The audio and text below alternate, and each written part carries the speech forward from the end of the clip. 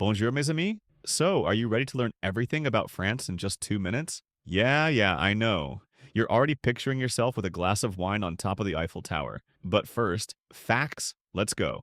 France isn't just Paris, baguettes, and endless philosophical debates. It's a country where even the air smells like cheese and arrogance. Look here. We've got the Alps. For those who love skiing and breaking a leg, over here, the French Riviera, where the rich sunbathe and the poor dream about it. And right here, tons of vineyards producing wine so the French can justify their love for doing nothing. Speaking of wine, the French invented champagne just to have an excuse for constant celebrations. They also created baguettes and croissants so the whole world would know, yes, we know how to make bread, and yes, we are proud of it. Their motto? Work is not life. Life is wine, cheese, and cigarettes. Well, okay, maybe not cigarettes anymore. Now, a little history.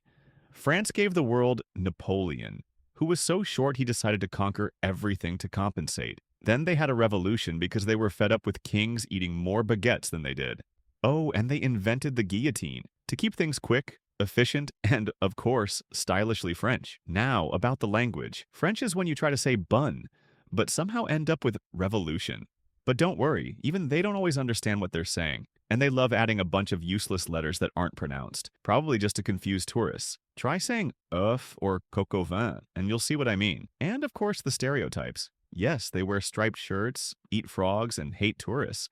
But who would say no to a candlelit dinner in Paris? Well, except those who can't stand the French accent. By the way, do you know why the French are always so romantic? Because they know if it doesn't work out the first time, they can just say, c'est la vie, and go have another glass of wine. Oh, and let's not forget the Louvre, home to the Mona Lisa. But honestly, she's so small, you might walk right past her if you're in a hurry to get to a cafe for a croissant. Speaking of cafes, the French love them. They can sit there for hours discussing why life is art and work is punishment. So now you know everything about France. Well, almost everything. If you want more, buy a ticket and see for yourself. As for me, I'm off to get a baguette. À bientôt! And don't forget to subscribe so you don't miss new adventures. Oh, and tell me in the comments what you'd like to learn about next. Maybe Italy or Japan? The choice is yours.